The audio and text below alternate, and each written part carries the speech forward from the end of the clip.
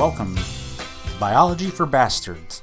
I'm your host, John Doty. Thanks for tuning in. If it sounds weird today, we're in the middle of a big home renovation project, and my current studio, which is a closet that I typically record in, is now completely bare, so it's very echoey. So apologies if there's some weird, poor recording, but deal with it. Not my problem. So as warned, today is the first real chapter. It's chapter 5, the structure and function of large biological molecules. Because this season, we're going through the AP biology curriculum. This one's probably going to be about twice as long as all the other ones thus far. So put on your big boy and your big girl pants and suck it up, because here we go. All right, first things first. We are talking about how the hell do we get these giant-ass molecules that we're talking about.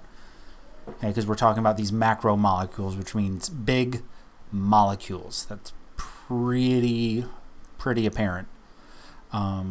So these macromolecules are made up of these things called polymers. Polymers, many parts. Think of them as a paperclip chain. The polymers are made up of monomers. Think of the monomers as individual paperclips. So we're going to talk about a whole bunch of different ones, a whole bunch of different macromolecules, but no matter what, the way that these polymers form is exactly the same. Just like you can take different types of paperclips and hook them together. It's the exact same thing. You're just hooking paperclips together.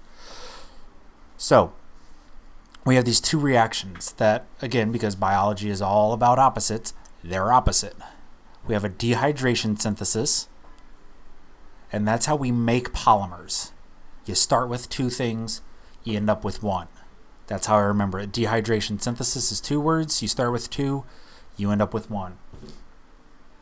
And then we have hydrolysis, that is the opposite. You start with one thing, you end up with two. That's breaking it down. Okay, now dehydration synthesis is called a dehydration synthesis because you are pulling out a molecule of water. You're dehydrating the two things. Hydrolysis, lysis means the split. Hydro, hopefully you know, that means water. So hydrolysis is when you split something with water. So water goes into it with hydrolysis, breaks it apart. You're splitting it with the water. Dehydration synthesis, you're dehydrating the two monomers, hooking them together by pulling out that OH and the H. So no matter what type of macromolecule we talk about, they're going to be formed by dehydration synthesis. They will be broken up by hydrolysis. So just keep that in the back of your little brains as we go through. All right, first macromolecule are the super fucking delicious ones, the carbohydrates. I just screwed that word up. Carbohydrates. Now, they are made of carbo and hydrate. No fucking surprise there. Carbo means carbon, hydrate, water. So it's carbon, 2 hydrogens, and 1 oxygen. That's the ratio for everything. 1, 2 to 1. Carbon, hydrogen, oxygen. These are fuel. They're delicious, lots of energy. They are also used to build things. Okay, your carbohydrates. Shit ton of energy in carbohydrates, which is why low-carb diets tend to work as long as you stay on them. Because you're not using all that energy, or you don't have all that energy that you're not using and turning into fat. Now, the simple monomers in carbohydrates are called monosaccharides. Mono means one, saccharide is sugar. Biggest, most important one is glucose. And glucose is a monosaccharide. It is a monomer. It is the basis of life. We need it for everything. That's basically how we power stuff. So you can get things called disaccharides, which I'm not going to tell you what that is. You should be able to figure it out because di means two and saccharide, sugar. So if you can't figure that out from there, you're hopeless. I just told you what it meant. Okay? And then your disaccharide, that's like sucrose, like your table sugar. That's glucose and fructose hooked together. That's sucrose. It's your sprinkly table sugar. And then if you hook a whole bunch of those together, you can get a polysaccharide. So monosaccharide, disaccharide, polysaccharide. Just one, two, or a bunch. Don't need to worry too much about the name of the bonds because, again, it's just the dehydration synthesis that does it. Now, there are two types of glucose. I said glucose was super fucking important. But there are two isomers of it, structural isomers. Going back to the last chapter. There's alpha glucose and beta glucose. Just different forms. Depends on what side of the structure a hydroxyl group's on. Starch, which the human body can break down, is made of alpha glucose. And cellulose, which we cannot, is made of beta glucose. So that's just a fun little fact there. Okay. And essentially, that's carbohydrates. Okay, they're structural, they're fuel, they're made of carbon, hydrogen, and oxygen. Glucose is the super fucking important one that you definitely have to remember. And if you don't remember that one, you are going to be screwed.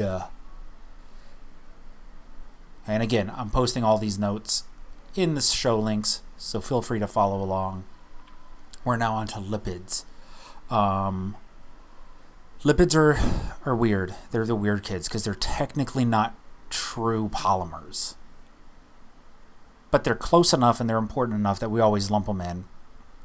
These are your fats. You have a glycerol, which is an alcohol, and then all these fatty acid tails. Okay, and you've probably heard of saturated fat, unsaturated fat, trans fats, all that stuff.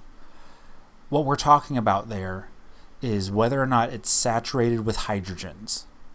And that means single bonds only. So if it's a saturated fat, they are all single bonds throughout. Okay, so those are the ones that typically found in animal products that are solid at room temperature. So like butter and lard and all that stuff.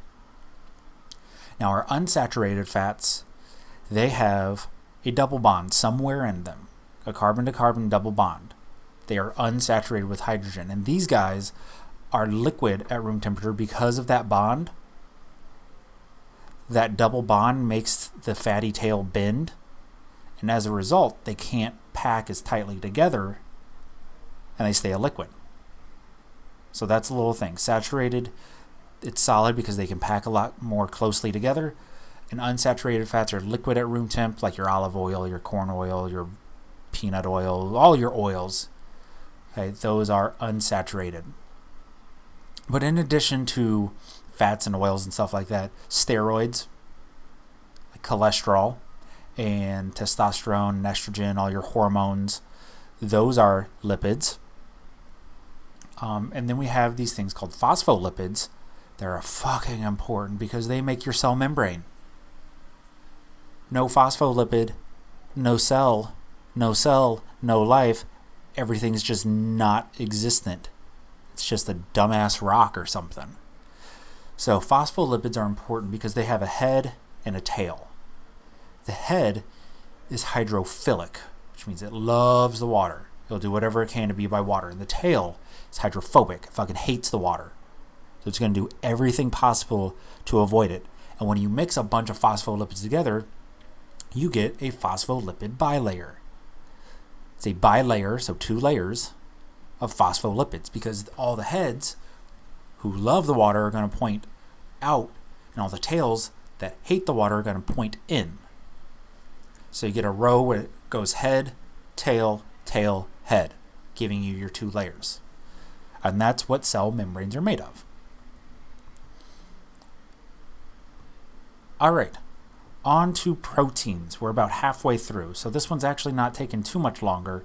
It's just a lot of dense information, just a lot of this does this and this does that. So hopefully you can re-listen to it if you need to. But proteins are very, very important because at the heart of biology, they do everything. They're about half the weight of your cells if you get rid of all the water, It has carbon and hydrogen and oxygen and nitrogen and sulfur. So most of that sponge that we talked about, it's got everything but the P, everything but the phosphorus. Like I said, they do everything. They are enzymes, so they speed up chemical reactions. They help your body's immune system by being antibodies. They are storage. They transport stuff. They are also hormones. They're receptors. They help you move. They help you build things. Pretty much if there's a function in the body that's not storing genetic information, proteins can do it. And proteins do it. In the slides that, again, I post in the show notes, there's a lot of information just kind of going into details about how enzymes work and how the defense proteins work and storage works. Just kind of elaborating on what I just said with a little picture showing everything. So I'm just going to run through that real fast, but I highly recommend you actually go and look at those notes if you really care about learning this stuff. So our enzyme proteins, they speed up reactions by giving the reaction a place to occur. We'll get onto them a little bit more later, but that's basically what they do. Instead of the reactants of that reaction just randomly bumping into each other, the enzyme gives them a meeting place and a place for everything to happen. Okay, our defensive proteins that help with our immune system, antibodies. If you've ever heard that word, they are markers that your body uses to detect when something's foreign and something's bad, and it kind of targets that cell or that invader to be attacked by your immune system. For storage, stuff in like albumin, which is like egg white stuff, that's storage. It's storing energy. Hey, it's a protein that we eat or that feeds the growing chick. I guess if we're talking about a bird and the bird egg. Proteins also help with transport. That membrane that we talked about with the phospholipids, sometimes it's hard for things to get through. They form little channels that you're like, fuck you, I'm just going straight through here. I don't have to wait in line. To basically like a VIP lane. Hormones, that's pretty straightforward. Insulin is a hormonal protein. Then we got receptor proteins that help pick up signals. We've got motor proteins that help move. And then we've got structural proteins that help build stuff. The thing about proteins is they can be very, very, very big, or they can be pretty tiny. But they are all made up of amino acids. That is the monomer of a protein. And an amino acid itself is a polymer. It is made up of an amino group, which we talked about last chapter. That was an NH2. It's made up of a carboxylic acid group, or a carboxyl group. That's C double bonded to an oxygen, and that C is also bonded to an OH. And then it's got a carbon in the middle. And sticking off of that carbon is one hydrogen, and then what's known as the R group. And that R group is what makes the specific amino acid unique from all the other ones. That R group can be hydrophobic, it can be hydrophilic, it could be ionic, meaning it has a charge. So there's a bunch of different amino acids. You don't need to know all of them. Don't memorize them. Get a life and learn something else. But there are 20 different amino acids. Some, like I said, hydrophilic, some hydrophobic, some are positively charged, some are negatively charged. Whole bunch of different things. Do not memorize them. Get a life. Okay, but what happens when you hook together different amino acids? You have that dehydration synthesis, and the hydrogen from the amino group combines with the hydroxyl group, the OH, from the carboxyl side. That dehydrates it. That's where the water molecule comes from, and they link together. So you can link any amino acid to any other amino acid because the part that you're hooking together is the part that is exactly the same. Now, when you start hooking together a bunch of different amino acids, you start to make this giant chain. We call that giant chain the primary level or the primary structure of that protein. So it's just whatever you hook together. Proteins have 4 levels of structures, and just the sequence of amino acids, what order they go in, That is your primary sequence. All right, now your secondary sequence, that chain is going to start to either fold or coil around itself. And these are caused by hydrogen bonds happening between the backbone, so between the side of the amino acid that has the amino group and the carboxyl group. So hydrogen bonds will form there, and you'll get either an alpha helix, so it's coiled up like a spring, or you will get a beta pleated sheet, which is like an accordion. They're both possible. You can have them in the same protein, but that's your secondary structure. Then you get your tertiary structure for your third level. This is when your R groups, those side chains, those parts that are different, start interacting with each other. You can get salt bridges formed by ionic bonds. You can get some hydrogen bonds forming between the R groups. You can get disulfide bridges if you have two cysteines together. Cysteines have sulfur in them, and those sulfurs can link up, form what's known as a disulfide bridge. And this is kind of how the coils and the folds themselves start to interact. And at this point, we've formed what's known as a polypeptide. So we've got a bunch of peptide bonds. That's what's linking together all our amino acids. And we've coiled and we've turned into its own little shape. So for all you fans of Power Rangers out there, each Power Rangers critter, whatever shit, I don't know, there's so many damn versions of it, it's hard to keep, but there's a functioning thing, or transformers. You've got a thing. And then you've got the ultimate structure, which is quaternary. That's your fourth level. That's where all these polypeptides start to combine with each other to form a bigger thing. So if you do the whole Power Ranger shit, that's where each person's car, like, you bring them all together and then it forms this giant super robot. Like, one person's car is like just the left leg. That big ass thing that you form at the end, that's the quaternary structure of proteins. So it goes primary, secondary, tertiary, quaternary. Again, this is a huge point where the pictures on the slides might be super, super, super helpful. Now, in order for these proteins to get this shape, they get this buddy that has a cute ass name called a chaperonin.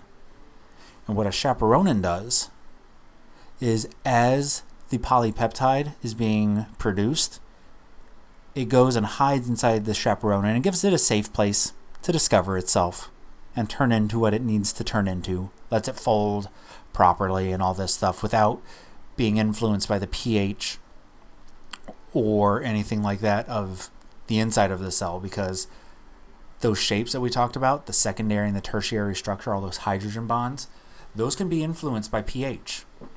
If it's too basic or too acidic, the protein can fall apart or fold wrong. And that's how things like ceviche work. If you're fancy, if you're a fancy motherfucker and like your ceviche, that's where you cook like fish and stuff in citrus juice. You don't actually heat it to cook it, but the acid in the juice denatures the protein, breaks down the protein, and essentially cooks it. It's also super fucking delicious. So ceviche, try it. Fish cooked in citrus juice. Okay. But chaperonins just prevent stuff like that. Not being cooked in citrus juice, but the little pH differences inside the cell from messing up with the protein folding. And again, that whole reason why we've got to make sure it folds properly is because its shape is going to determine its function. If it folds wrong, it's going to work wrong, and then we're all fucked. All right, last but not least, the last macromolecule are nucleic acids. These are the famous ones. These are your DNA and your RNA. So when we look at it, their only job, really, is to store hereditary information, store genetic information, what makes you you and what makes a tree and all that stuff. DNA is the big boy. It's double-stranded. It has adenine and guanine and cytosine and thymine. We're going to get into a shit ton of detail with DNA soon. Hey, it's big, it's large, it's long, It's got deoxyribose. That's what the D stands for. RNA is like its cousin, single-stranded. It's got adenine and guanine and cytosine. No thymine, but it's got uracil. It carries information. It forms ribosomes. It does a lot of shit. And it does not have deoxyribose because it is not DNA, but it has ribose because it's RNA. Now, every single nucleotide, that's the monomers of your DNA and RNA. That's the A, the G, the C, and the T that you remember, and the U. Okay, they themselves are polymers. They're made up of a sugar, either deoxyribose or ribose, depending on which one you talk about, hooked to a phosphate group, and that sugar is also hooked to a nitrogenous base. That is the A, the G, the C, and the T. Okay, look at the fucking pictures on the fucking slides. Seriously, I cannot help you more than that. Now, there are two different types of nucleotides, or of nitrogenous bases. There's pyrimidines and there's purines. Okay, pyrimidines are one shape big. Look at the fucking pictures. Okay, they are cysteine, thymine, and uracil. Just think pyramids, pointy, they're sharp, they can cut. CUT.